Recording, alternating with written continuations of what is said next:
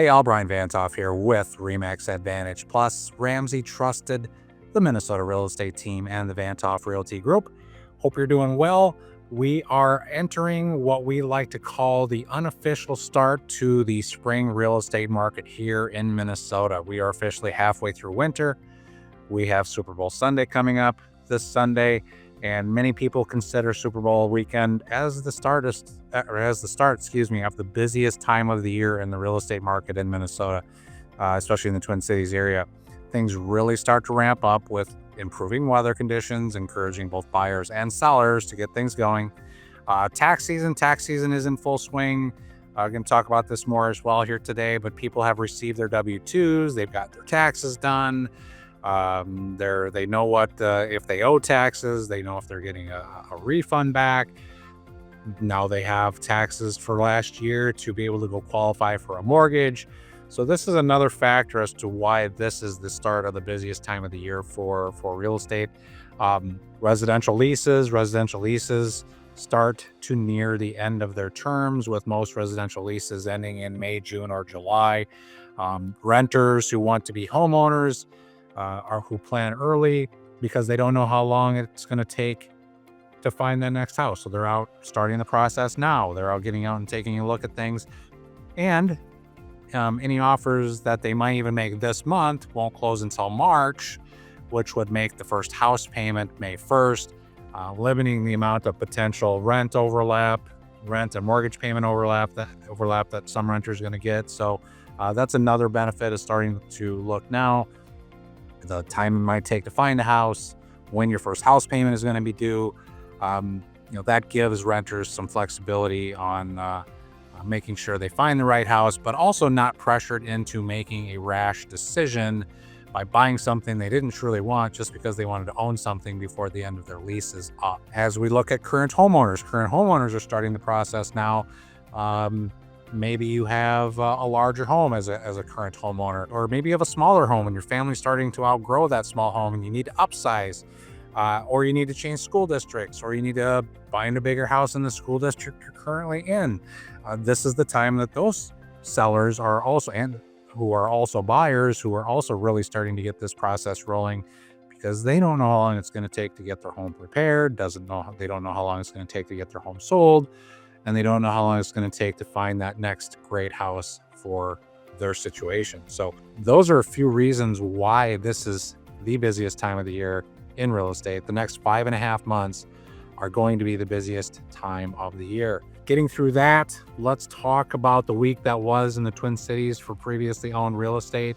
The stats we really continue to focus on, or I really continue to focus on, that previously owned homes within that 50-mile radius of downtown Minneapolis in Minnesota. We saw 616 new listings in the past 7 days. That's up 59 from the prior week, but 21 fewer than last year. At least 117 of those have sold already. That's up 3 from last week, but 49 fewer than last year. So our year has started off a little bit slower. Our sales pace has started off a little bit slower. Of our new listings, 416 are single family. That's up 51 from last week. 128 are townhomes. That's unchanged. And 72 are condos. That's up 8. Coming soon listings did jump significantly to 225 from 165 last week.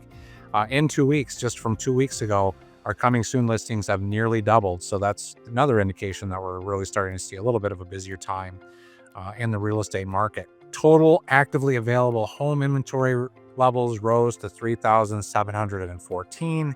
That's up 40 from last week and 601 more than the same time last year. Of our total, 2,064 are single-family homes, which is up 46 from last week and 385 more than last year, at a median price of $430,000, which is up $5,000 from last week, but $45,000 lower than the same time last year. Days on the market is a median of 71 right now, which is down 2. Townhomes are 856 of our available homes. That's down 11 from last week and 184 more than last year, at a median price of $295,000. Unchanged from last week, but it's actually $5,000 lower than this time last year, with days on the market of 62. Condos are 795 of our inventory. That's up 5 from last week, 33 more than last year. Median price $195,000, which is unchanged from last week, but also $5,000 less than last year.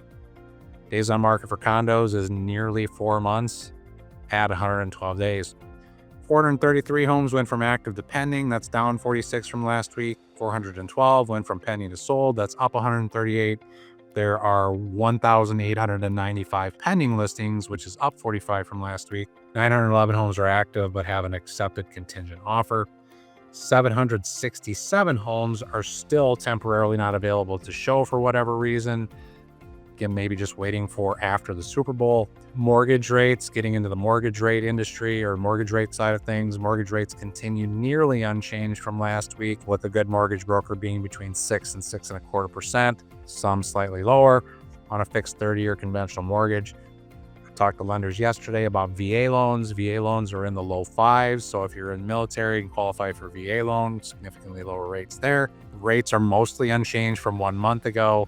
Up 1/8 from 3 months ago, unchanged from 6 months ago, under 1/8 lower than 9 months ago, and about 1/4% lower than 1 year ago. Showing activity this past week did see a significant bump up with 9,635 realtor scheduled showings. That's up 1,365 from the prior week. Showings per listing rose to 3.0 from 2.76. We are absolutely still trailing where we were last year when showing activity for the week was 12,190 showing requests and nearly 4 showings per listing. So we have started off a little bit slower this year, but it will pick up. Because we are in tax season, because many of you are getting your taxes done, many of you are doing taxes to buy a house, whatever the reason you're doing your taxes, just because it's that time of year, let's talk about taxes this week. Keep in mind, I'm not an accountant. I'm not a tax preparer, so you want to check this information with whomever does your taxes. So trust but verify. There were some very significant tax changes for starting with the 2025 tax year that were kind of tucked into the one big beautiful bill, whatever you want to call it. The changes that occurred last year could dramatically impact people's perspective on home ownership, housing affordability concerns that we've had, and whether they will choose to itemize deductions on their taxes or take the standard deduction. Many people in the past few years have just taken the standard deduction, especially if married, just because that standard deduction is over $30,000. But some things have certainly changed now when it comes to the standard deduction and itemizing deductions. So we'll talk about that here a little bit. In general, I would say most people who rent take the standard deduction. They don't pay mortgage interest or property taxes. They might pay significant state income taxes, but not enough to necessarily itemize deductions. People who own homes are more likely to itemize. During Trump's first term, the amount of deductions someone could take on their federal tax return for state and local, and we'll call local property taxes, that was capped at $10,000. These are called SALT taxes for short. That's extremely limiting in a high tax state like Minnesota. Minnesotans were penalized because of the limits on that SALT deduction. Starting with the 2025 tax year and running through 2029, at least, maybe that gets extended at that point, that number has been raised to up to $40,000. For homeowners with a home value of $400,000 or more and household income at or above the state median, this could mean a significantly higher federal tax refund or lower federal tax bill. CNBC actually published an article about this week. This SALT change will likely be the biggest driver for higher refunds in 2025, and people are going to see it's going to be real money. This for homeowners, this SALT tax change is going to be real money and drive these higher refunds. Median household income for the metro area is just over $90,000. If you are at that income level or higher and own a median priced home, say $300,000 or higher, the amount of state income tax and property taxes that you pay may exceed that $10,000 cap that was there prior to 2025. In Minnesota, the typical household is in the 5.35 to 7.85% state tax bracket range, and the typical annual property tax amount ranges from 1.25 to 1.5% of a home's value. In states that don't have a state income tax, Texas, Tennessee, Florida, the changes don't really mean a whole lot because there isn't really much change there. However, Minnesota is different. We always are, it seems like.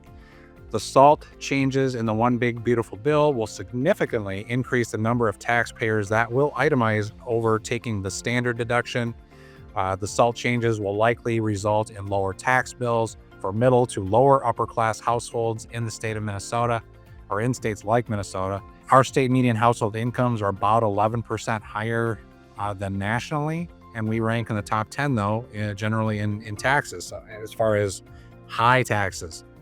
We generally make higher incomes and pay higher taxes here. By the way, you are considered upper class in household income in the state of Minnesota if you make in excess of $170,000. Just kind of back to point. The SALT changes could significantly help Minnesotans' tax liabilities and could incentivize more home ownership in Minnesota as we really start to realize the additional federal tax savings from these SALT changes. These changes will likely be the most impactful changes homeowners and middle to upper class income earners will personally experience with the tax law changes last year. If you are looking for a good website to estimate what your tax bill would be based on your income, you can go to smartasset.com/taxes/income-taxes. You can input your income and make adjustments to your 401k and IRA contributions, as well as play around with itemized deductions, such as SALT, mortgage interest, charitable contributions. One hypothetical that I ran, if you have a new $400,000 mortgage at 6%, you'll pay roughly $24,000 in interest in 2026. Property taxes on a $400,000 house will be roughly $6,000 for the year. Throw in whatever you paid last year in state income tax, include charitable contributions.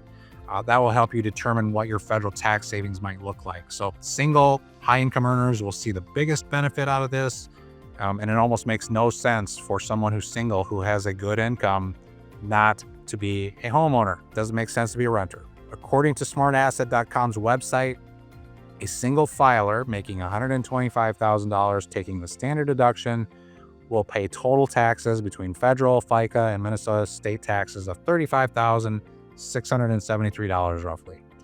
That same filer who pays that $24,000 in interest, mortgage interest, makes $5,000 in charitable contributions, pays $6,000 in property taxes and $6,000 in state income taxes, would see their total tax liability drop by over $8,000 to $27,044.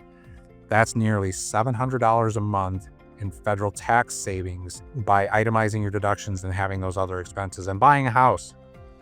So that is tangible, real bottom line return to especially the single high income earner.